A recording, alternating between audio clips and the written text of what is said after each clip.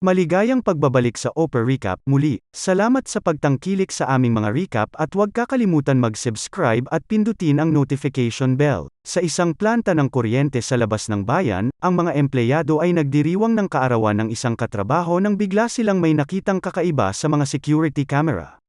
May isang anino na gumagalaw sa baras at isang trabahador ang pumunta upang tingnan ito, ngunit biglang inatake ng isang misteryosong halimaw.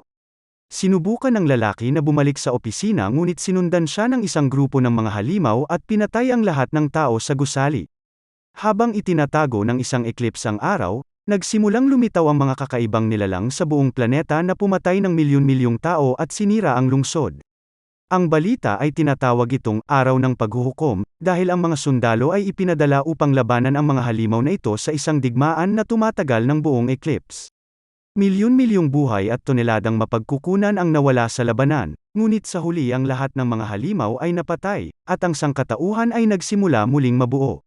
Gumawa sila ng mga proteksyon na kilala bilang gates, kung sakaling magpasya ang mga nilalang na bumalik. Lumipas ang 15 taon at normal na ulit ang buhay ng mga tao. Si Dave ay nagtatrabaho bilang janitor para sa isang kumpanyang hindi siya binabayaran ng maayos kahit na siya ang pumasok sa mga baras para maalis ang mga patay na halimaw. Sa lokal na paaralan, nagtatrabaho si Laura bilang isang guro at nakipagkaibigan sa kapwa guro na si Milton, na laging nag-aaya sa kanya na makipag-date. Si Laura ay diborsyado kay Dave ilang taon na ang nakalipas at hanggang ngayon ay inaayos niya pa rin ang ilang mga problema, ngunit ngayon ay tinanggap niya sa wakas ang imbitasyon ni Milton. Samantala, ang kanyang anak na si Tyler ay makikipagkita sa kanyang kasintahan na si Maddie, na nag-aalala tungkol sa paparating na eclipse. Sinabi sa kanya ni Tyler na walang dapat ipag-alala dahil marami ng eclipse sa nakalipas na 15 taon at wala namang nangyari. Samantala, ang opisyal na si Garrett ay tinawag ng mga tauhan mula sa isa sa mga tarangkahan, na humiling sa kanya na pumunta dahil nakumpirma nila ang pangunahing pagsabog at naaprubahan ang pagpigil. Pagdating ni Garrett sa gate, naramdaman niya na sa pagkakataong ito ay hindi na ito drill. Sinuri niya ang lahat ng mga system, ngunit bigla na lamang sumabog ang isa sa power box na naging sanhi ng pagkawala ng isang buong grid. Sa lungsod, pumunta si Dave para sunduin si Tyler sa bahay ni Laura, at habang naglalaro ng video game ang bata, nauwi sa pagtatalo ang mga magulang. Lumalabas na nabuntis si Laura kay Tyler noong huling sakuna ngunit wala si Dave para sa kanya, at hindi pa niya ito napapatawad. Pinatigil sila ni Tyler at umalis kasama ang kanyang ama. Maya-maya noong hating gabi, si Dave ay nakatanggap ng tawag mula kay Uncle Ted, na nakatitiyak na ang bagong araw ng paghuhukom ay bukas na at sinabihan si Dave na dalhin ang kanyang pamilya sa kanyang kanlungan bago magsimula ang eclipse. Si Tyler ay nanonood ng balita at nagulat nang makitang milyon-milyong patay na isda ang lumitaw sa mga dalampasigan. Isa ito sa mga palatandaan na nakita 15 taon na ang nakararaan. Sa sandaling iyon, ang unang halimaw ay lumitaw sa gate, tahimik at palihim na umakyat sa hagdan. Kasabay nito, tinawagan ni Laura si Dave, sinabi na napanood niya ang balita at gusto niyang umuwi si Tyler dahil nagpareserba ng silungan si Milton. Gusto ni Dave na manatili si Tyler sa kanya at nagkaroon ng pagtatalo nang biglang makatanggap si Tyler ng isang text na dahilan upang lumabas siya ng bahay ng palihim. Nang hinahanap na siya ng kanyang ama, ang nakita lamang nito ay isang sulat sa kanyang silid na may numero ni Maddie. Patuloy na pinagmamadali ni Milton si Laura dahil napupuno na ang silungan, kaya kailangan na nilang makarating doon. Nang ipaliwanag ni Laura na nawawala si Tyler, ginamit ni Milton ang numero ng telepono ng batang lalaki upang malaman ang lokasyon gamit ang espesyal na software at nakita siya sa skatepark. Nandoon pala si Tyler kasama si Maddie na sobrang kinakabahan at natatakot dahil umalis ang kanyang mga magulang. Nangako si Tyler na hindi siya katulad ng kanyang ama at hinding-hindi siya pababayaan. Biglang, isang malakas na iyak ang narinig at ang malalaking kawan ng mga ibon ay lumitaw sa kalangitan, na isang tanda ng pagtutuos. Ang mga tao sa parke ay nagsitakbuhan dahil sa takot at agad na napuno ang mga kalsada ng mga pamilya na gusto nang umalis sa bayan. Naipit si Dave sa isang matinding trapiko, ngunit nang makita niyang lumipad ang mga ibon, iniwan niya ang kotse at ipinagpatuloy ang paghahanap. Sa gate, sinusuri ng mga manggagawa ang mga system nang makarinig sila ng ilang kakaibang tunog. Isang halimaw ang biglang lumitaw at nagsimulang umatake sa isa sa mga lalaki. Tumakbo si Garrett palayo habang ang iba pang mga sundalo ay nagpaputok, ngunit tila ang mga ordinaryong bala ay hindi tumetalab sa halimaw. Ilang sandali pa, sa wakas ay nahanap na ni Dave sina Tyler at Maddie bago pa magsimula ang emergency sa buong lungsod. Sa kabutihang palad ay nakita sila ni Laura kasama si Milton at isinakay silang tatlo sa kotse ni Milton. May humigit kumulang 1 oras na natitira bago ang eclipse, at ang lungsod ay nasa ganap na kaguluhan. Sa mga taong sumusubok na tumakas, may masikip na trapiko sa bawat kalsada.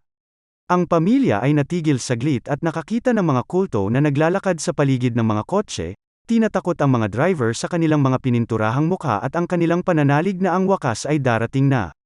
Nang sa wakas ay nakakita ng daan si Milton, nagmamaneho siya ng mabilis at naihatid ang pamilya sa kanlungan. Sa kasamaang palad may kaguluhan din dito dahil sa maraming tao na gustong pumasok sa lugar ngunit sinabi ng mga militar na babae at bata lang ang pinapayagang makapasok. Sinabihan ni Dave si Tyler na sumama kina Laura at Maddie sa kanlungan, ngunit pagpasok sa loob, pinagsisihan ito ni Tyler at tumakbo pabalik sa kanyang ama at sinabing hindi niya ito iiwan. Sinundan siya ng mga babae palabas at sa sandaling iyon ay inanunsyo ng mga sundalo na ang kanlungan ay puno na. Ang grupo ay nagmamadaling bumalik sa kotse habang pinag-uusapan ang mga pwede nilang gawin.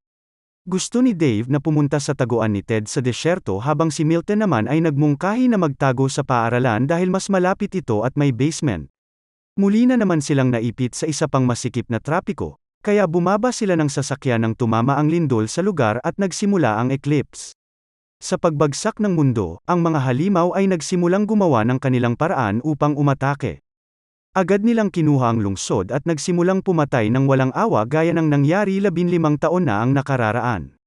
Iginiit ni Dave na dapat silang umalis sa lungsod at gustong magmaneho, ngunit nagalit si Milton dahil ito ang kanyang sasakyan at alam niya kung paano ililigtas ang lahat. Nagkaroon ng pagtatalo at nagsuntukan, ngunit natigil ang away nang biglang dumating ang isang lumilipad na halimaw at kinuha si Milton.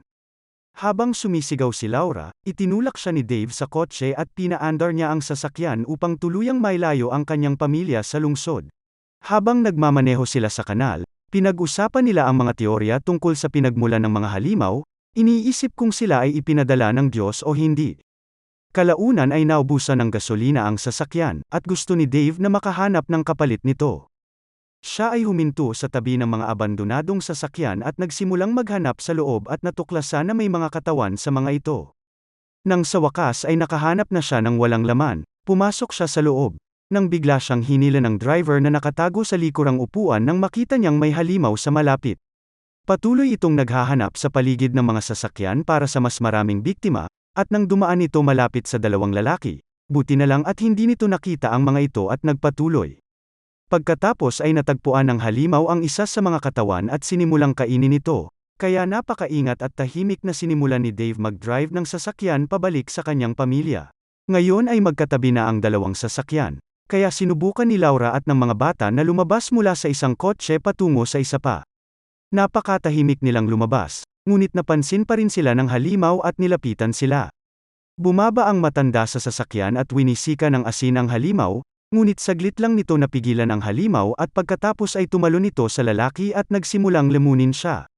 Kinuha ng pamilya ang oportunidad na ito upang tuluyang makaalis sa lugar, tinahak ang isang abandonadong kalsada sa mga bundok habang ang mga sangkawan ng mga halimaw ay dumagsa sa lungsod. Sa wakas ay nakarating sila sa taguan ni Ted, na isang tunay na konkretong bunker. Sarado ang mga pinto at may mga kamera sa bubong, ngunit walang lumalabas nang magsimulang sumigaw ang pamilya kasabay ng malakas na pagkatok sa pinto, nagmamakaawa na papasukin sila sa loob.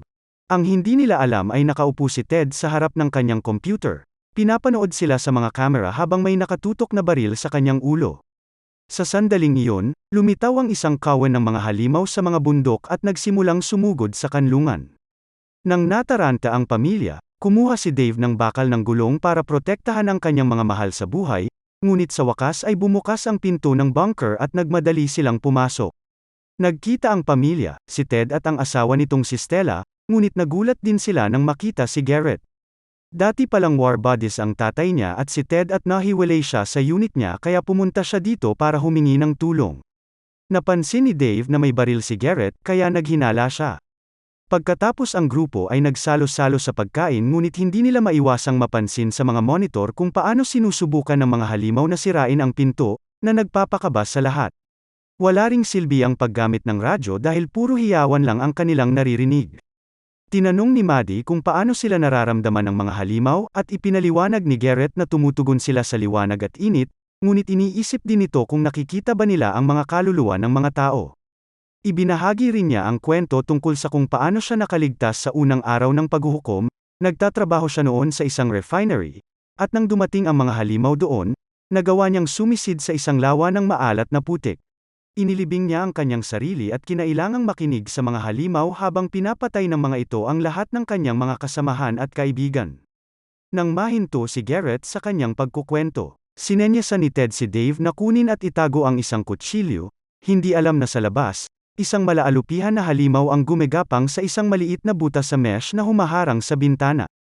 Pagkatapos ay sinabi ni Garrett na siya ay magbabantay muna, kaya't inimbitahan ni Ted ang iba na manatili at maglaro ng mga baraha sa halip na matulog, at makahulugang tinitigan si Dave. Gayunpaman, napansin ni Garrett ang kilos at inilabas ang baril mula sa kaluban ng baril, at pilit na ipinababa kay Dave ang kutsilyo habang ipinapaliwanag niya na tutol si Ted sa pagpayag sa kanya na manatili, at si Stella ang naawa sa kanya. Nakaligtas siya sa unang pagkakataon at determinado siyang mabuhay muli kahit anong mangyari. Biglang tumalon si Tyler kay Garrett para subukang kunin ang baril ngunit itinulak lang siya ni Garrett palayo. Nagsimula ang isang pagtatalo ngunit pinutol ito ni Maddie sa pamamagitan ng pagsabi na hindi na nila naririnig ang mga halimaw. Pagkatapos ay tumalon ang malaalupihan na halimaw sa dingding at kinagat si Stella. Habang inaalis ni Ted ang halimaw sa leeg ng kanyang asawa at binubuhusan ito ng asin, sinuntok ni Dave si Garrett para kunin ang kanyang baril at sinubukang barilin ang nilalang. Naiwasan ng maliit na halimaw ang lahat ng mga bala, ngunit nagawa ni Maddie na patayin ito gamit ang kutsilyo. Pagkatapos ay itinali nila si Garrett at sinubukang pigilan ang pagdurugo ni Stella, ngunit kakailanganin nila ng wastong pangangalagang medikal. Sa sandaling iyon napansin nila sa monitor na paulit-ulit na hinahampas ng malaking halimaw ang pintuan sa harapan, sinusubukang makapasok. Sinabi ni Dave na dapat na silang umalis, ngunit ayaw lumabas ni Ted, na nagsasabing hindi mabubuhay ang kanyang asawa sa labas. Gusto ni Stella na sumama siya at pinaalala sa kanya ang underground passage sa ilalim ng bunker, na patungo sa mga bundok. Sinabi ni Garrett na mayroon siyang kotse na puno ng tangke at maaari niyang dalhin ang lahat sa gate, ngunit hindi alam ng grupo kung paniniwalaan siya hanggang sa sinabi ni Garrett na kapaki-pakinabang para sa kanya na tulungan sila. Nagpasya silang umalis, ngunit una ay ipinaalam ni Ted na mayroon siyang isang buong arsenal ng mga armas at lahat ay binigyan ng armas para sa kanilang sarili. Habang papasok ang grupo sa lagusan, binuksan ni Dave ang pintuan sa harap at pinaputukan ang unang halimaw na dumaan bago sumama sa kanila. Nang maayos na naisarado ang lagusan, lumabas sila at napansin nilang nahihirapang maglakad si Stella dahil nagsisimula na rin siyang maging isang halimaw. Maya-maya ay naglalakad sila sa isang kalsada nang makita ni Tyler ang isang halimaw na nakatayo lang doon. Mukhang patay na ang halimaw, kaya sinubukan ni Maddie na hawakan ito, ngunit pinigilan siya ni Tyler. Paglingon niya, isang mahabang galamay ang lumabas sa isang butas sa lupa at hinawakan ang kanyang mga binti, sinusubukang kaladkarin siya palayo. Habang malakas na sumisigaw si Maddie, pinigilan siya ni Tyler at Dave, at binaril ni Laura ang halimaw para makuha ito. Nang nakalaya na si Maddie, tumakas ang grupo, at kinumbinsi ni Garrett si Dave na tanggalin ang tali para makatulong siya sakaling may isa pang pag-atake. Ang hindi alam ng iba ay may itinatagong sugat si Dave sa kanyang braso. Makalipas ang ilang sandali ay nakarating sila sa tuktok ng bundok at nakita nilang nasusunog ang lungsod.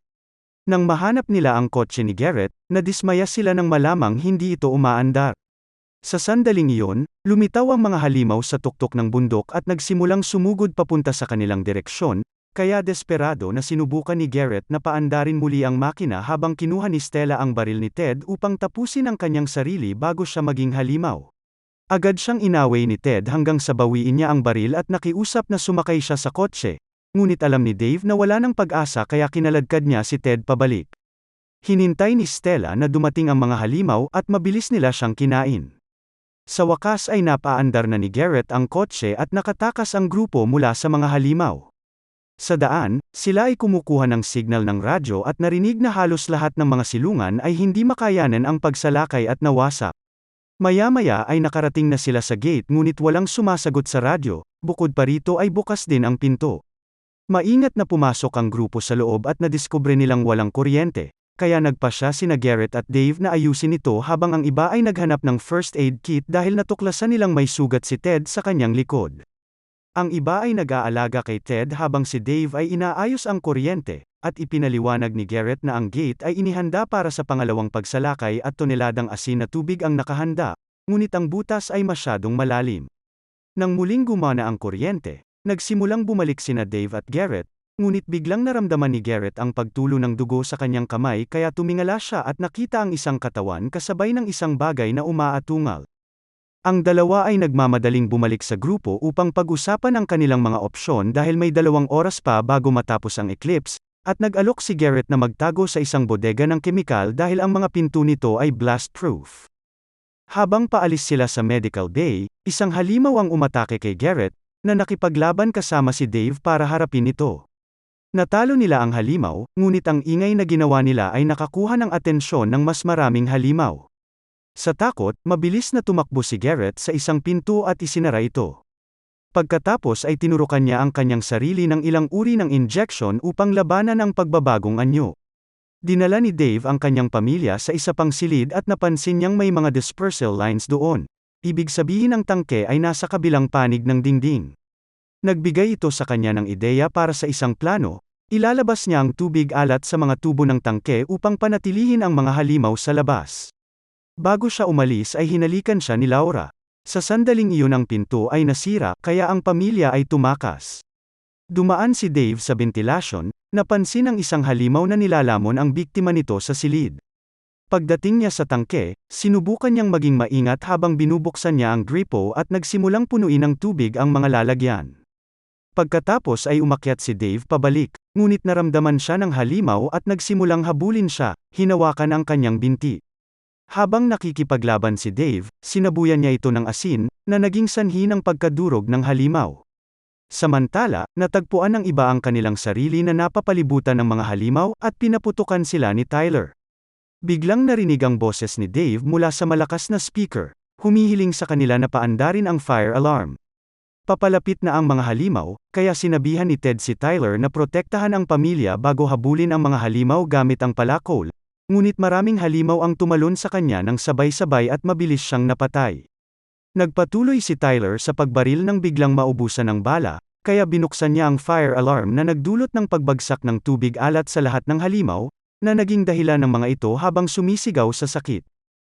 Sa sandaling iyon ang eclipse ay nagtapos at ang lahat ng mga halimaw ay nagsimulang bumalik sa kanilang kaharian sa pamamagitan ng gate, na nagdulot ng panibagong lindol. Si Laura at ang mga bata ay nagsikap na kumilos din na biglang nakita si Garrett na nawawala na sa pag-iisip dahil sa pagbabago. Binaril niya si Tyler at natamaan ito sa balikat, ngunit bago siya muling magpaputok, dumating si Dave sa likuran niya at hinampas siya ng fire extinguisher sa ulo. Habang yakap ni Dave ang kanyang pamilya, isang malaking halimaw ang lumitaw mula sa ibaba at ito ay bumulusok kay Garrett, nilamon siya ng buo. Tumakbo ang pamilya sa medical unit at gumawa ng maalat na timpla sa isang silindro, na ibinato nila sa halimaw nang sinipa nito ang pinto, na agad namatay. Pagkatapos ay lumabas ang pamilya at nalaman na ang mundo ay lubos na nawasak, ngunit ngayon ay handa na silang magsimulang muli. Dito na nagtatapos ang kwento, sana ay nagustuhan mo ito. Kung hindi ka pa nakasubscribe ay mag-subscribe ka na upang matulungan mo ang channel na ito. Mag-comment ka na rin tungkol sa kwento. Salamat!